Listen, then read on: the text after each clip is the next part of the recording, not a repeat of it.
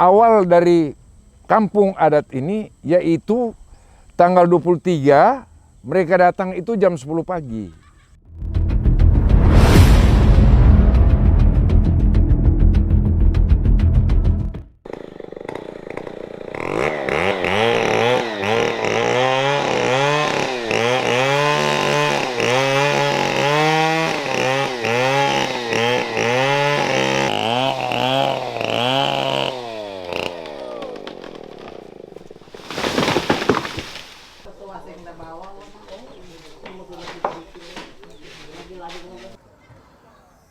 Situasi dan kondisi masyarakat Kelurahan Dua Saudara mempunyai khas yang unik karena di Kelurahan Dua Saudara ini terdiri dari kehidupan sosial yang terkait antara satu dengan yang lainnya. Ingat tunggu lewat di Baduri-Duri ya.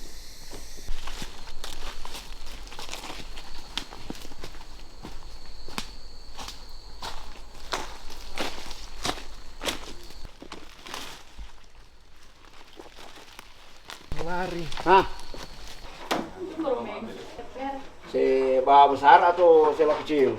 Aduh kasihan dah. Dalam kehidupan ekonomi di Kelurahan Dua Saudara ini, masyarakat lebih cenderung pada kehidupan bertumpu dari hasil-hasil pertanian. Kurang lebih 70% masyarakat Kelurahan Dua Saudara ini bersumber dari hasil-hasil pertanian. Produk unggulan atau produk utamanya adalah hasil kebun kelapa.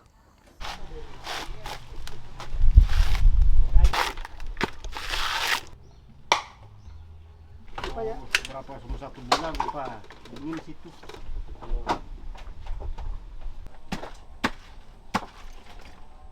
Tugas kita sebagai generasi ringking, sebagai generasi delima, untuk berkilau ke depan,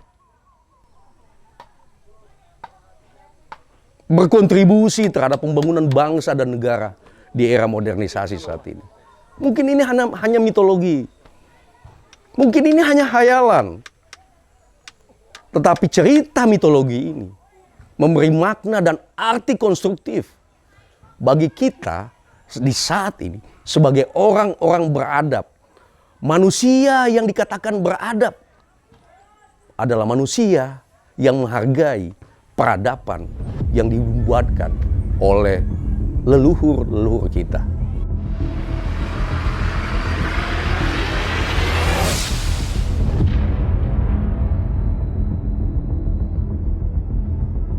Saya Arthur Lumatau. Saya adalah turunan keempat dari Tunduan ke kampung adat Dua Saudara yang berdiri pada tahun 1923. Awal dari kampung ini adalah dimulai ketika kampung adat Danau sudah berdiri, maka ada keluarga dari Lumembet Kakas tinggal di kampung adat Danau.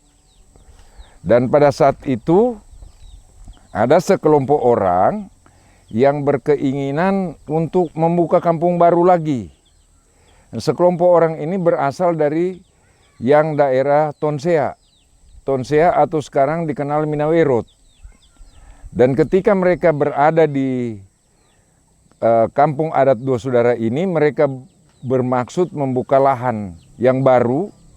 Namun ketika membuka lahan yang baru, mereka akan membuat pondok. Dan ketika mereka membuat pondok, pada saat itu ketika kayu ditebang, maka keluar cairan merah.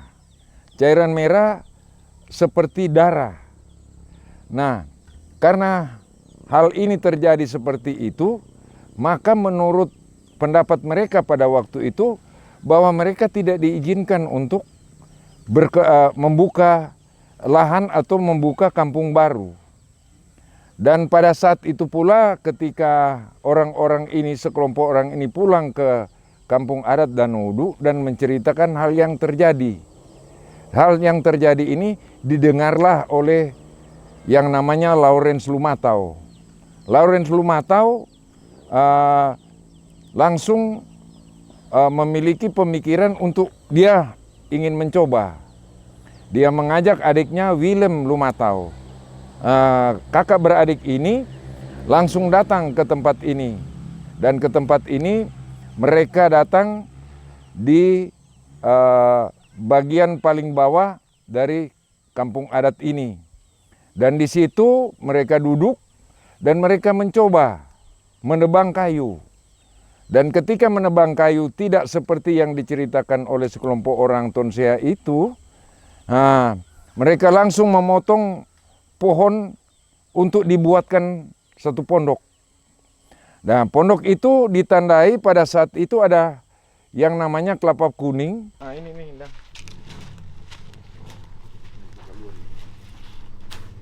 Ini langsa. Ada pong-pong langsa ini. Nah, kelapa kuning DP tepat di sini. Atau ini dia. Apa kok Kalau dia kayu kelapa ini dia. Oh betul, kayu kelapa ini. Ini kelapa kuning yang di sini, dorang pertama itu. Namun sekarang ini kelapa kuning itu sudah sudah dijadikan pekarangan rumah oleh penduduk setempat, sehingga memang untuk situ sejarahnya memang sudah tidak terlihat lagi, tinggal terlihat kayu kelapa yang sudah busuk. Kemudian ketika mereka sudah tinggal di sini dan mereka juga berkeinginan untuk membuat suatu kampung adat. Mereka datang pada yang waktu itu yang berkuasa pada saat itu adalah pemerintah Belanda dengan persyaratan bahwa untuk menjadikan suatu kampung harus ada 25 kakak. Karena 25 kakak ini, kedua kakak beradik ini datang ke Kampung Kakas yang ada di Minahasa, dan dia mengajak. Dari sana mereka hanya mendapat 22 kakak. Dan ketika mereka mencari lagi untuk menggenapkan 25 kakak, nah pada saat mereka menggenapkan 25 kakak, ada 3 orang sonder yang berminat, yaitu keluarga Rompas, keluarga Rumondor, dan Tumewu. Nah, maka lengkaplah desa kampung adat ini berdiri. Kampung adat berdiri ini nama pertama adalah Pawunongan. Pawunongan artinya bahwa ketika ada air terlihatnya seperti danau. Tetapi ketika musim kemarau airnya meresap ke bawah, atau mereka kalau istilah lokal disebut matenem. Dia kita tukang goreng, orang tukang makan.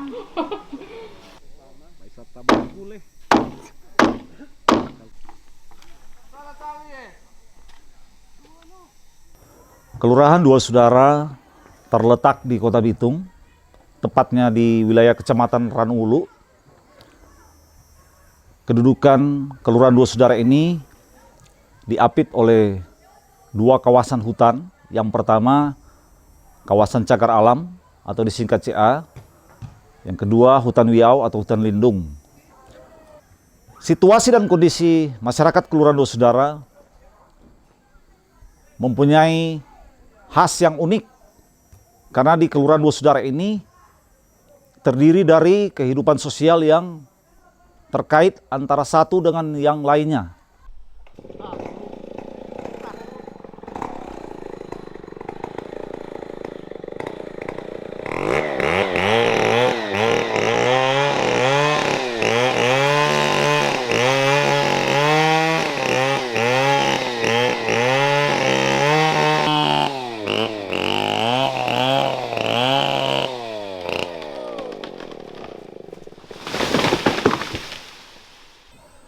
Dalam kehidupan ekonomi di Kelurahan Dua Saudara ini, masyarakat lebih cenderung pada kehidupan bertumpu dari hasil-hasil pertanian.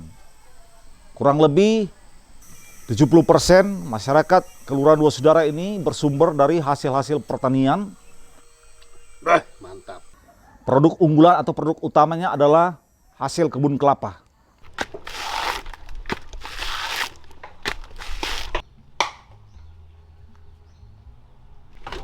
Berapa cuma 1 bulan Pak? Penduduk Kelurahan Dua Saudara ini mempunyai khas yang khusus, di mana situasi kondisi gotong royong atau mapalus seringkali diterapkan. Baduri-duri ya.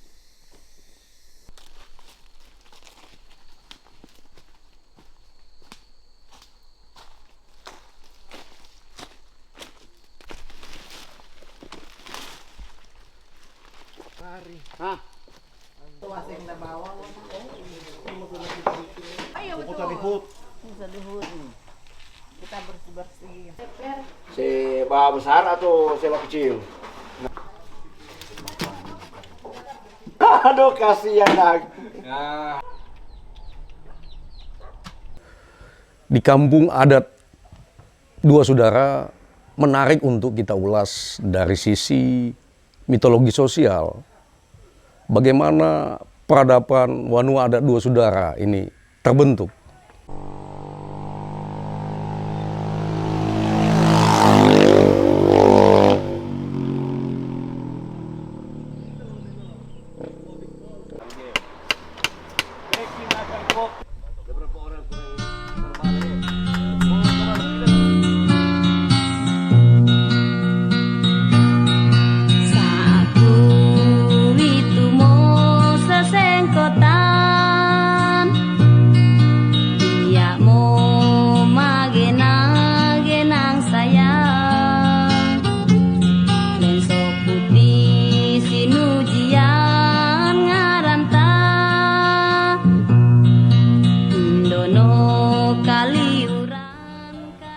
Tiba-tiba ada suara memanggil Lini Lean.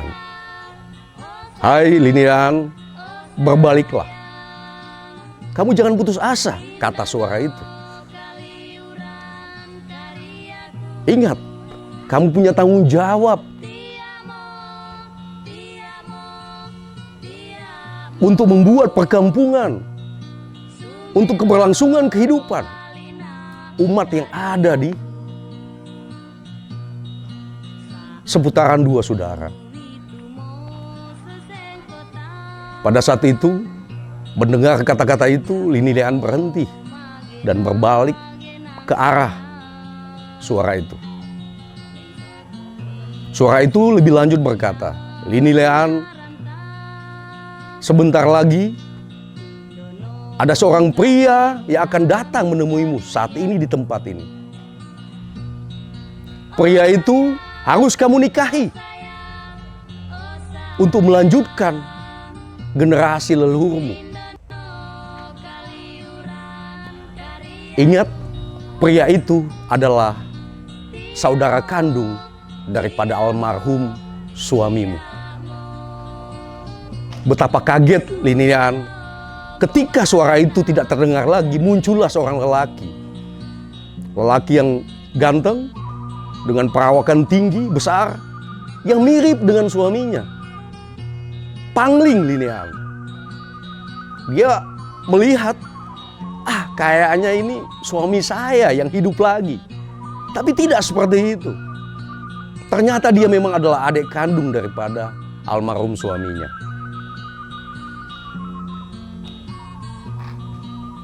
Suara itu entah dari mana, dari anta berantah. Tetapi ada keyakinan bahwa suara itu adalah sang pemilik kehidupan, sang maha tinggi, yang dalam bahasa Minahasa dikatakan bahwa itulah suara terang, suara dari Opo Wananatas.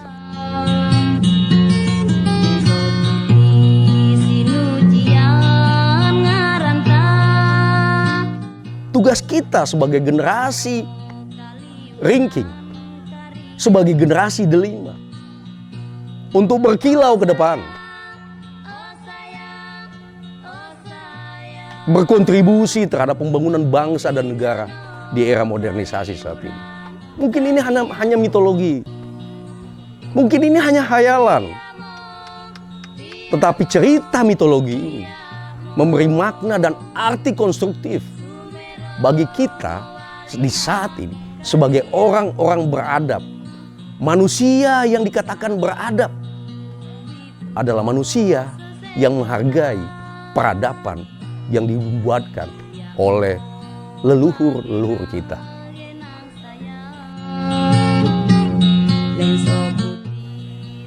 Dirgahayu, Dirgahayu. Selamat hari ulang tahun untuk Kampung Wisata Dua Saudara ke-100 tahun yang dilaksanakan pada tanggal 23 bulan 3 2023. Wonderful day, hari yang luar biasa untuk kami-kami generasi yang ada di Kampung Dua Saudara.